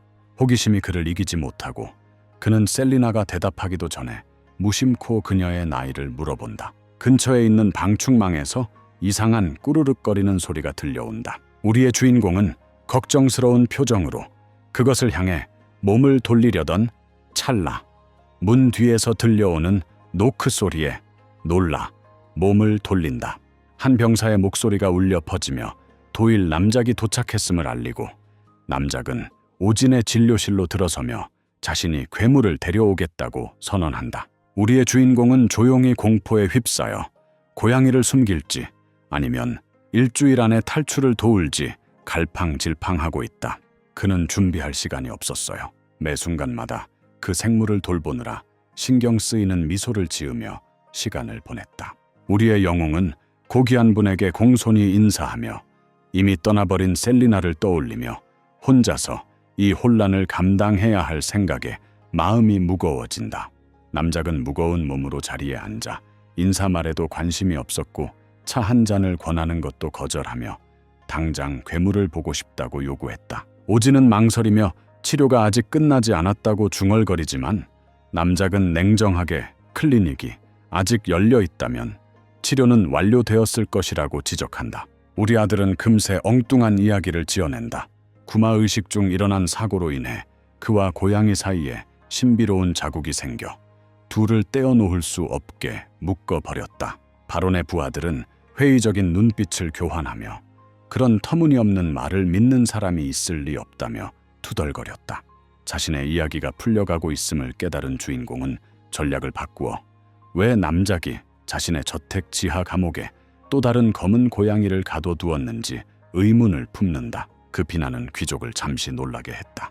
그의 침착함이 흔들린다. 오진은 더 강하게 압박하며 그가 진짜 고양이를 순진한 고양이로 바꿔치기 하려 음모를 꾸몄다고 비난한다. 분노하고 방어적인 태도를 보이는 남작은 이를 부인하며 마을을 괴롭히는 동물들의 공격이 산자르 때문이 아니라 오진의 무모함 때문이라고 주장하며 책임을 전가한다. 우리의 영웅은 바론의 늑대가 진짜 범인이라고 반박하며 증거로 의료 차트를 제시한다. 희생자들의 상처는 늑대의 발톱 자국과 일치한다. 한 남자가 서류를 낚아채서 찢어버리고 그를 조롱한다. 우리의 주인공은 이 세상에 디지털 기록이 부족한 것에 대해 속으로 이를 갈며 조용히 욕설을 내뱉을 뿐이다. 갑자기 남작의 부하 중 한 명이 오진을 옆으로 밀치고 산자르의 우리 쪽으로 다가갔다. 고양이는 하악질을 하며 발톱을 세워 침입자를 공격한다. 우리 아들의 생각은 빠르게 오간다. 강철 운반선을 소환하면 너무 많은 것이 드러날 것이고 무기의 흔적이 조금이라도 보이면 상황이 더 악화될 수 있다. 그는 목에 걸린 펜던트를 움켜쥐고 결정을 내리기 전에 모든 것이 바뀔 수 있다는 것을 알면서도 그 힘을 사용할지 말지 고민하고 있다. 문이 벌컥 열렸다. 셀리나와 긴 흰 머리의 키 큰 남자를 선두로 여러 명의 엘프가 들어온다. 새로운 이의 목소리는 권위 있게 울려 퍼지며 모두가 물러서라고 명령한다. 바로는 그를 즉시 알아본다. 세계나무의 문장, 그의 이마에 새겨진 원, 모든 칼리안 카리안의 표식. 칼리안은 서쪽 대륙의 최고 감찰 기관 수장이자 아서 왕의 질서를 수호하는 자이다. 남작은 불안한 기색을 비꼬는 말로 위장하며 그런 신성한 명령이 초라한 진료소에 나타난 것에 대한 아이러니를 언급하며 인사를 더듬거렸다. 오진은 모욕에 발끈했지만 참았다. 칼리안은 멸종 위기에 처한 신성한 짐승에 대한 보고를 받고 응답하기 위해 왔다고 발표한다. 우리의 영웅은 엘프가 마치 영화 속 캐릭터가 살아난 것처럼 비현실적으로 보여 잠시 멍하니 바라본다. 그는 셀리나가 며칠 동안 사라진 이유가 바로 이것일 것이라고 깨닫는다. 그녀가 케이지를 카리안에게 넘겨주자 희미하게 뾰족한 귀가 항상 단서였다는 깨달음이 그녀에게 스쳤다. 그녀도 엘프야. 셀리나는 상사에게 고양이가 위험할 정도로 사나우니 조심하라고 경고한다. 카리안은 푸른빛의 구체로 산자르를 애워싸며 주문을 외우기 시작하고 괴물은 무중력 상태로 떠오른다. 그는 왕관의 상처를 살펴보는데 그 상처가 세계 나무가지의 단면과 유사하다는 것을 알아차린다. 이는 신성한 존재의 정수를 추출하는 데 사용되는 장치인 마나 추출기의 자국이다. 그의 차분한 태도는 바론에게 돌아서며 산자르, 즉 모노세로스 뿔을 잘라낸 사람이 바로 그였는지 묻자 분노로 변했다. 귀족은 자신의 결백을 주장하며 떨다가 더 이상 추궁당하자 공포에 질려 도망쳤다. 우리의 주인공은 경외감을 느끼며 이곳의 엘프들이 귀족들보다 더 큰 힘과 영향력을 가지고 있다는 것을 깨닫는다. 그는 그 전시를 보고 흥분하지 않을 수 없었다. 한편 칼리아는 소수의 무기로만 신수에게 상처를 입힐 수 있다고 말하며 곧 진실이 밝혀질 것이라고 약속한다. 그는 오진이 그 생물을 보호해 준 것에 감사하며 이제부터 그 왕을 자신들이 돌보겠다고 발표한다. 행동하기 전에 산자르의 에너지가 솟구친다. 고양이는 마법의 장벽을 깨뜨리고 쏜살같이 달려와 마치 겁에 질린 듯이 그를 떠나지 않으려는 듯 우리 영웅들의 품에 파고들어 꼭 껴안는다. 엘프들은 믿기지 않는 듯 얼어붙었다. 신성한 존재인 산자르는 인간에게 위안을 구하며 오진의 목걸이에 매달려 몸을 떨었다. 카랴는 펜던트를 유심히 살펴보며 눈빛이 반짝였다. 이내 인식을 한 듯 눈이 가늘어졌다. 그는 동료들에게 소문이 사실이며 그 함의는 예상보다 더 크다고 중얼거린다. 주인공은 시선 아래에서 불안감을 느낀다. 대학원 진학 제안을 하기 전에 그의 대학교 교수가 그에게 보였던 바로 그 표정이다. 셀리나조차도 이제는 읽을 수 없는 눈으로 그를 바라본다. 잠시 후 카랴는 산자르를 오진에게 맡기기로 결심한다. 이는 표준 절차대로 인간과 짐승을 모두 본부로 데려와 조사하는 것이 일반적이지만 셀리나의 존재가 충분한 신뢰를 불러일으킨다고 설명한다. 그녀는 그저 어깨를 으쓱할 뿐 지루함이 역력하다. 우리 아들은 그녀의 무관심에 의문을 품을 수밖에 없었는데 어떻게 모든 일을 그렇게 침착하게 처리할 수 있는지 궁금해했다. 칼리아는 또 다른 마법을 시전하여 섬세한 목걸이를 만들어 산자르의 목에 걸어준다. 마법의 힘은 사라진 뿔 대신 생물이 힘을 되찾도록 돕는 보호 마법으로 희미하게 빛난다. 산자르는 엘프 중 한 명이 설명하는 장식에 짜증을 내며 몸을 움찔거렸다. 마법은 또한 비상 신호를 포함하고 있어 생물이 위험에 처했을 때 즉시 감지할 수 있게 해줍니다. 오진은 그들의 마법 같은 정교함에 감탄한다. 사실상 자동 구조 시스템이라고 할 수 있죠. 칼리아는 이어서 반지를 만들어 우리 주인공에게 감사의 표시로 건네며 이 반지가 천상의 가족의 권위와 유사한 보호 마법을 공유한다고 설명한다. 오진은 선뜻 받아들이면서도 선물이 가져올 짐에 대해 반은 영광스러워하고 반은 불안해했다. 카랴는 친절하게 미소 지으며 직접 놓겠다고 고집한다. 어색하긴 하지만 주인공은 이를 허락한다. 엘프들은 그 반지가 그에게 완벽하게 어울린다는 것을 알아차리며 만족스러운 듯 속삭였다. 그는 손가락에 걸린 빛나는 반지를 흘끗 바라보며 자신이 막 들어선 운명이 무엇인지 여전히 확신하지 못한다. 오진은 태어날 때부터 독신으로 살아왔고 이제 생애 첫 반지가 그의 손에 끼워졌다. 엘프의 반지가 희미하게 마법처럼 빛나고 있는데 그 느낌이 너무 수상쩍다. 무언가 그로 하여금 불안하게 만든다. 그는 정중하게 거절하며 그런 선물은 받을 수 없다고 사과한다. 카일라는 어리둥절한 표정으로 이유를 물었지만 우리 주인공은 손으로 일하는 사람이라 액세서리가 방해가 된다고 설명했다. 카랴는 보석보다는 갑옷으로 생각하는 게 좋겠다고 제안한다. 내심으로는 오진이가 완전히 현실과 동떨어진 것 같다는 것을 느낀다. 그럼에도 불구하고 주인공은 굳건히 버티며 손에 무엇을 착용하는 것은 의사로서의 업무에 지장을 줄 것이라고 반복해서 주장한다. 카랴는 더 이상 논쟁하지 않는다. 대신 그는 짧은 주문을 중얼거리고 반지는 빛으로 녹아들어 오진의 손가락에 문신으로 새겨진다. 예상치 못하게 멋있어 보이네요. 카랴는 그에게 가슴 위에 문양을 올려놓고 자신의 성을 말하라고 지시한다. 오진이 손가락을 움직이자 손가락에서 빛이 나고 카랴의 홀로그램이 눈앞에 나타난다. 엘프는 이 마법이 원격 통신을 가능하게 하고 음성과 이미지를 전송하는 주문이라고 설명하며 그에게 빛을 말해보라고 초대한다. 우리 아들은 그 단어를 반복하고 손가락 끝에서 작은 빛이 뿜어져 나왔다. 엘프들은 그가 흥분한 채 손을 흔드는 모습을 희미한 미소로 지켜보며 마법에 진심으로 감탄하고 있다. 카랴는 시간이 지나면서 발견할 다른 기능들도 있을 거라고 확신시키지만 가장 중요한 것은 그 안에 담긴 보호 마법이라고 말한다. 오진은 반지가 어떻게 이렇게 진보된 듯한 문신으로 변했는지 여전히 불안해하며 감사의 마음을 표현한다.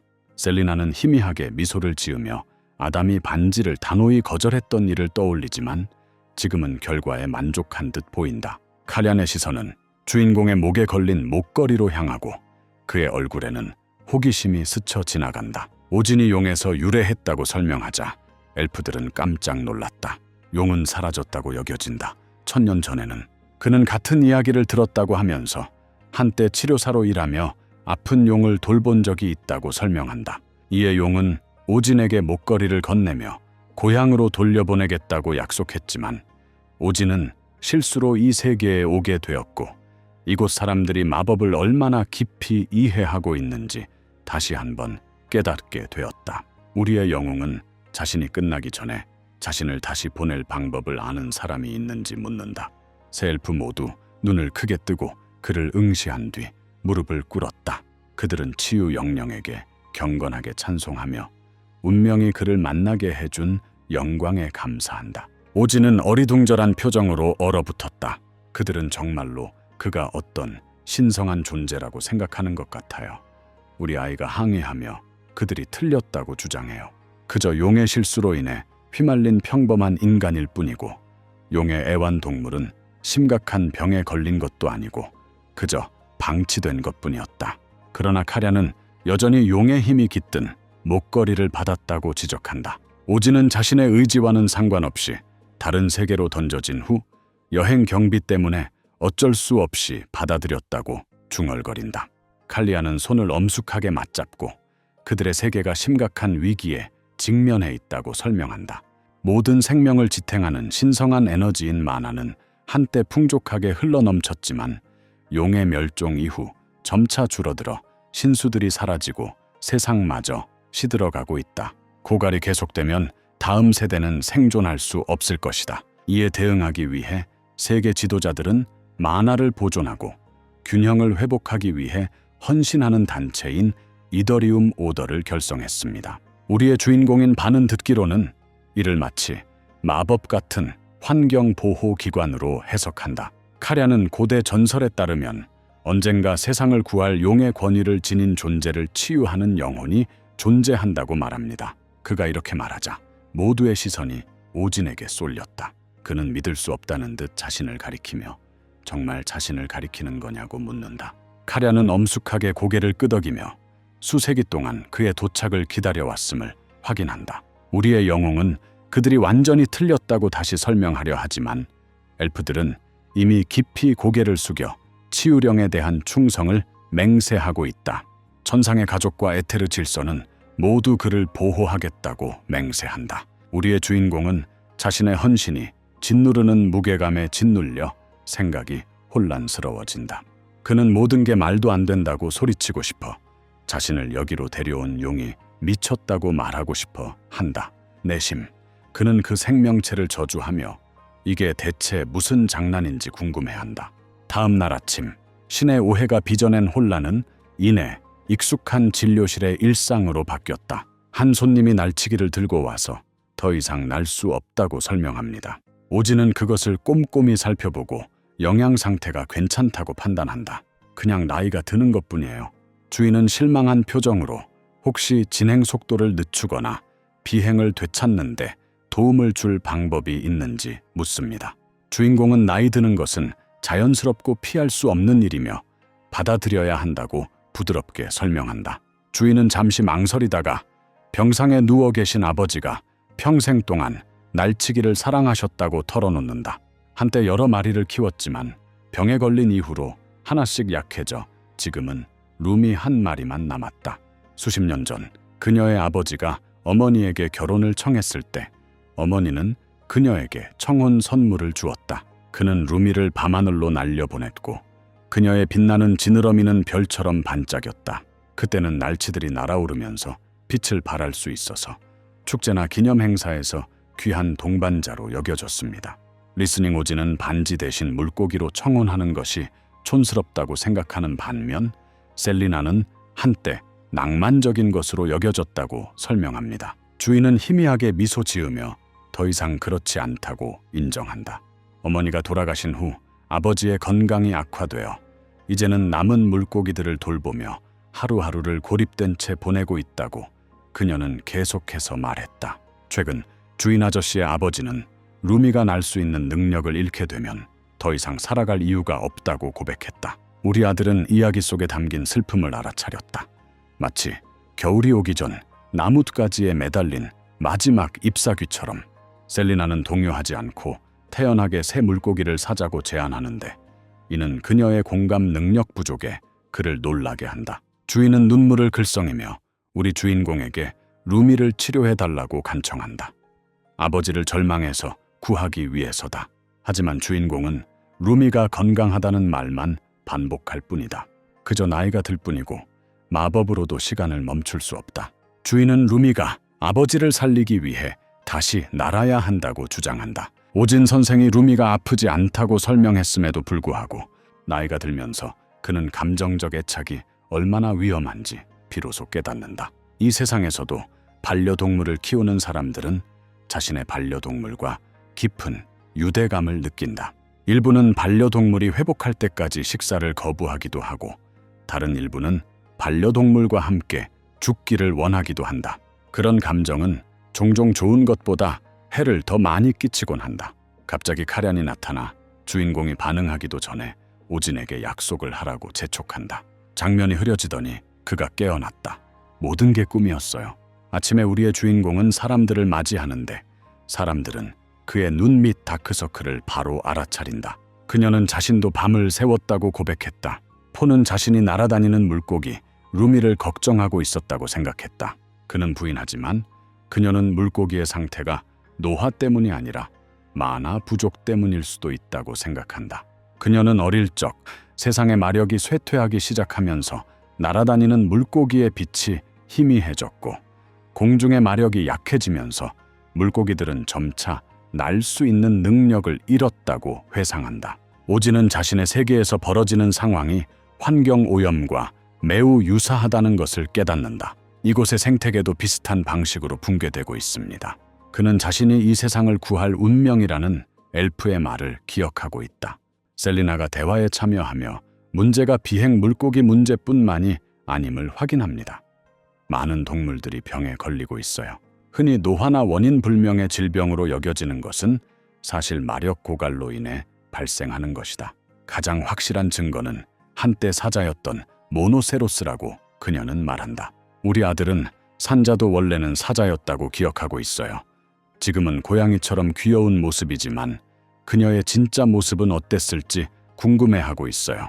그는 사자처럼 자신을 단장하는 모습까지도 똑같이 상상한다.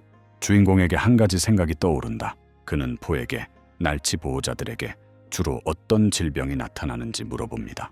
그녀는 뼈를 약화시켜 쉽게 골절을 일으키는 조건으로 기억하고 있다. 오진은 셀리나에게 평소에 처방받는 약에 대해 물어본다. 그녀는 뼈 치유에 좋은 블룸 루트, 통증 완화에 좋은 블러드 루트, 그리고 다른 보조 약초들을 언급합니다. 그가 부작용에 대해 묻자 셀리나는 혈우근이 시간이 지남에 따라 피로를 유발하고 신경을 둔하게 만든다고 언급했다. 우리의 주인공은 즉시 이 문제를 알아차리고 그 부작용을 완화할 수 있는 약을 요청한다. 셀리나는 그런 약이 존재하지만 원래의 효과를 상쇄시킨다고 대답했다. 그래도 우리 아들은 그걸 만드는 방법을 꼭 알고 싶어 해요. 셀리나가 뒤에서 손짓하자 주인공은 그녀가 만드레이크를 가리키고 있다는 것을 깨닫는다. 그가 다가오자 맨드레이크는 미간을 찌푸렸다. 오지는 잎이 몇 장만 있으면 된다고 설명하지만 식물이 갑자기 너무 큰 소리로 비명을 질러서 셀리나, 포, 그리고 우리의 주인공까지 모두 귀를 막게 된다. 만드레이크가 울기 시작하자 그는 좌절감을 느꼈다. 포는 최근 산자르에게만 집중하다 보니 소외감을 느끼는 것 같다고 말한다. 주인공은 식물들 앞에서 어색함을 느낀다고 인정한다. 포는 그가 망설일 때 이름을 지어주라고 조언한다. 만드레이크는 더욱 크게 울부짖는다. 패배한 그는 그것을 킴 맨델이라고 이름 붙였다. 즉시 식물은 울음을 멈추고 기쁘게 춤을 추기 시작한다. 오지는 두 잎을 손에 쥐고 이 세상의 식물과 동물들이 어쩐지 불안할 정도로 애정을 쏟는다고 생각했다. 셀리나는 조용히 지켜보다가 그의 목걸이를 보여달라고 요청한다. 그녀는 그것을 살펴보고 착용해보고 쓰다듬어 보았지만 특이한 점은 발견하지 못했다. 산자르와 멘델 모두 공격적으로 반응합니다. 셀리나는 그 목걸이가 바로 그거라고 결론 내렸다. 본드는 오직 오진을 위해 일한다. 그녀는 그가 어떻게 힘을 발휘하는지 묻고 그는 생각을 집중하면 가슴이 조여지면서 에너지가 방출된다고 설명한다.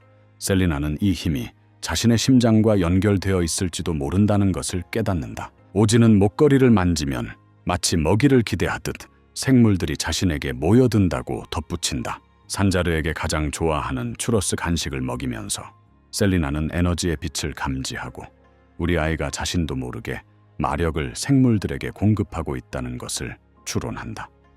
그 생각이 그녀를 놀라게 한다. 그런 연결은 위험할 수 있어요. 한편 포는 으깨진 잎이 준비되었다고 알리며 그 잎으로 물약을 만들었다고 한다. 그녀는 다른 한 판을 더 가져와야 할지 묻고 우리의 주인공은 동의한다. 셀리나는 말없이 깊은 생각에 잠긴 채 그를 바라본다. 그의 모든 것, 주변을 감싸는 에너지, 그리고 그의 존재에 반응하는 삶의 방식이 모두 평범함을 넘어선 듯하다. 처음으로 그녀는 그가 전설에서 말하는 치유의 연기 정말 맞는지 의심하기 시작했다. 로레알의 저택에서 그녀는 아버지의 약을 들고 아버지의 방으로 들어가 바닥에 누워있는 아버지를 발견한다. 그녀는 서둘러 그를 일으켜 세우려 했고 그가 창문 근처에 머물고 싶어 했던 루미의 바람 때문에 일어서려고 했다는 것을 빠르게 깨달았다. 허약한 몸에도 불구하고 그는 자신이 괜찮다고 주장한다. 로레알은 자신의 약한 뼈 때문에 그런 움직임이 위험하다고 걱정하지만 그는 어차피 시간이 얼마 남지 않았다고 간단히 대답한다. 그녀는 그의 병세가 아직 나아질 수 있다고 주장하며 항변한다. 하지만 그는 죽음이 질병뿐만 아니라 희망을 잃는 것에서도 온다고 믿는다. 그녀는 그에게 그런 식으로 말하지 말라고 애원하며 눈물을 흘렸지만 그는 거절했다. 그 순간 오진이 셀리나, 포, 그리고 그의 일행과 함께 도착하여 감정이 고조된 장면을 방해했다. 그는 사람들이 질병이나 운명 때문에 죽는 것이 아니라 잘못된 정보, 부적절한 처방, 나쁜 습관, 그리고 적절한 관리 부족 때문에 죽는다고 대담하게 주장한다. 로렐과 그녀의 아버지 모두 갑작스러운 등장에 깜짝 놀랐다. 주인공은 자신을 소개하며 루미스가 날지 못하는 것은 노화 때문이 아니라 아버지가 복용해온 약물의 부작용 때문이라고 설명한다.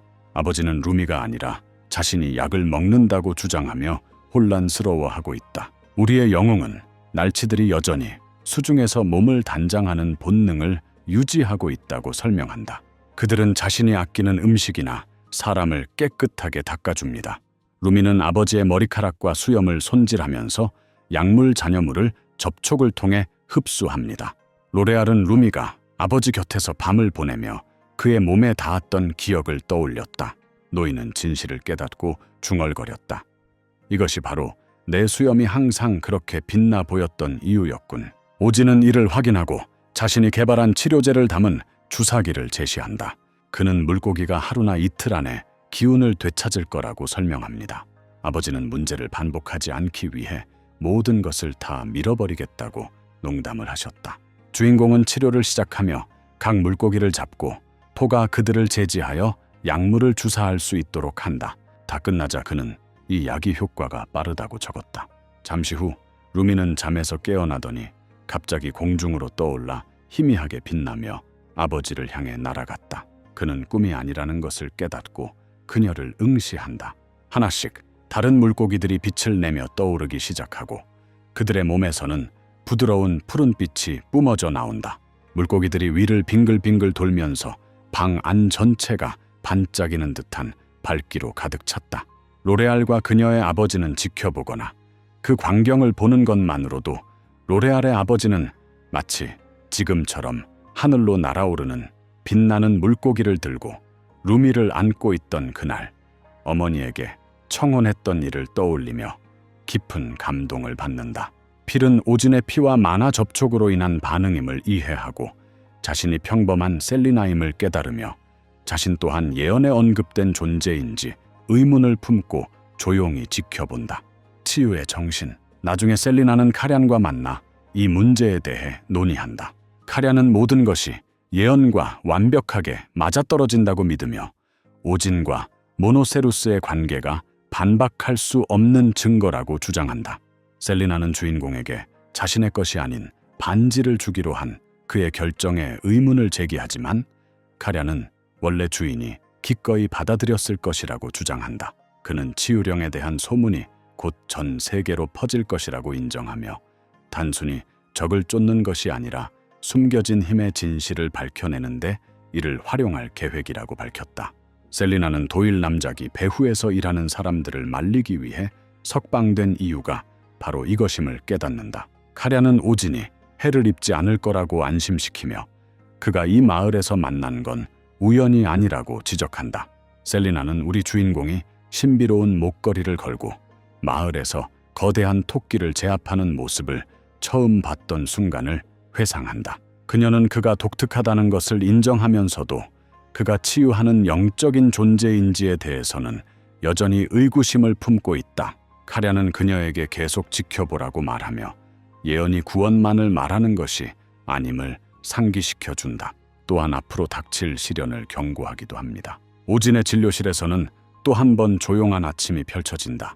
아내는 지난주 이미 돌봄이 완료되었음에도 불구하고 블루프라고 불리는 덩어리가 다시 잎 위에 웅크리고 앉아있다. 우리의 영웅은 그것을 알아차리고 왜 아직 여기 있는지 의아해하며 짜증이 난다.